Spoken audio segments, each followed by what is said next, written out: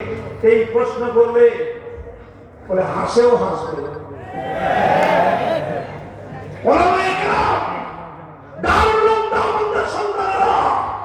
রাষ্ট্র এবং রাজনীতির ব্যাপারে তারা কতটুকু করতে পারে আজ সেটা শুধুমাত্র থিওরিটিক্যাল কোনো বিষয় নয়, আজ সেটা শুধু মন্তব্যের বিষয় নয়।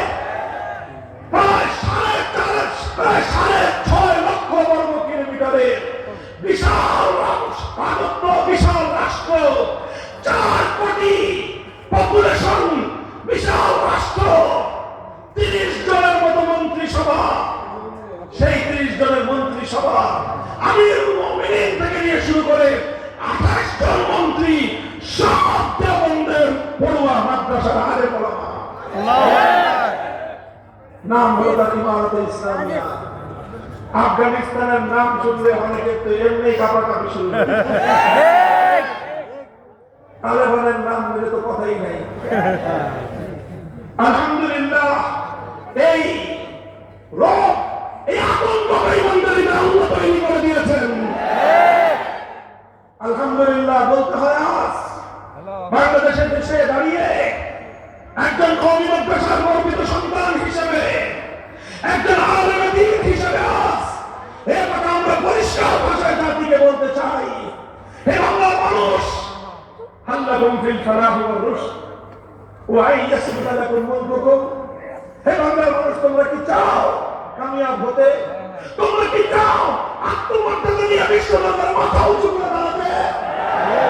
তোমরা কি চাও তোমাদের রাষ্ট্রের স্বাধীনতা অক্ষুণ্ণ থাকুক? এমনি চাইতে থাকবে না।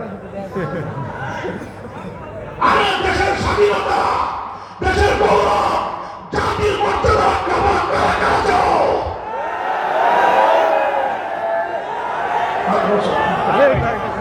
হ্যাঁ, এইভাবে চাইতে হবে।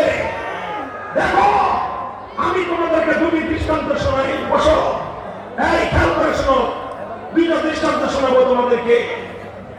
একটা রাষ্ট্রের পররাষ্ট্রমন্ত্রী, এই কথা শোনেন, এক রাষ্ট্রের,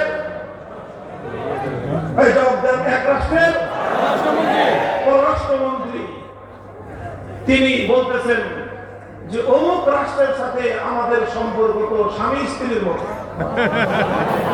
মনে আছে কথা? আলহামদুলিল্লাহ। এই পররাষ্ট্রমন্ত্রীটা উগান্ডার ছিলেন, আফ্রিকা জঙ্গলে বাংলাদেশের পররাষ্ট্রমন্ত্রী ছিলেন। তিনি কি বললেন? আমাদের সম্পর্ক তাদের সাথে স্বামী স্ত্রীর মতো। মানে স্বামী তোমরা, মানে আমাদের দেশ স্বামী স্ত্রী, নিজেরা তাদের স্ত্রীর পরিচয় দিয়ে তারা জাতে উঠতে বলছে, আমরা তোমাদেরকে যা চাও তাই নেই, চাওয়ার আগেই নেই। এইভাবে সব দিয়ে দিয়ে তাদের কাছ থেকে একটু ভিক্ষা নিয়ে থাকতো। কি নিয়ে থাকতো? ভিক্ষা। কি নিয়ে? ভিক্ষার খয়রাত খেয়ে খেয়ে 15 বছর বেঁচেছিল। এই হলো একটা রাষ্ট্র এবং সেই রাষ্ট্রের পররাষ্ট্রমন্ত্রীর আচরণ। আর গত 2 মাস আগে সেই ভারতে আরেকটা রাষ্ট্রের একজন পররাষ্ট্রমন্ত্রী আসলেন। গোটা ভারতের পররাষ্ট্রমন্ত্রী সহ গোটা ভারত রাষ্ট্র দাঁড়িয়ে তাকে সালাম করার মধ্যে নিজেদের গৌরব খুঁজে পেয়েছিল। সেই রাষ্ট্রটার নাম বাংলাদেশ, কি নাম? আফগানিস্তান। সেই রাষ্ট্রটার নাম হলো ইমারতে ইসলামিয়া।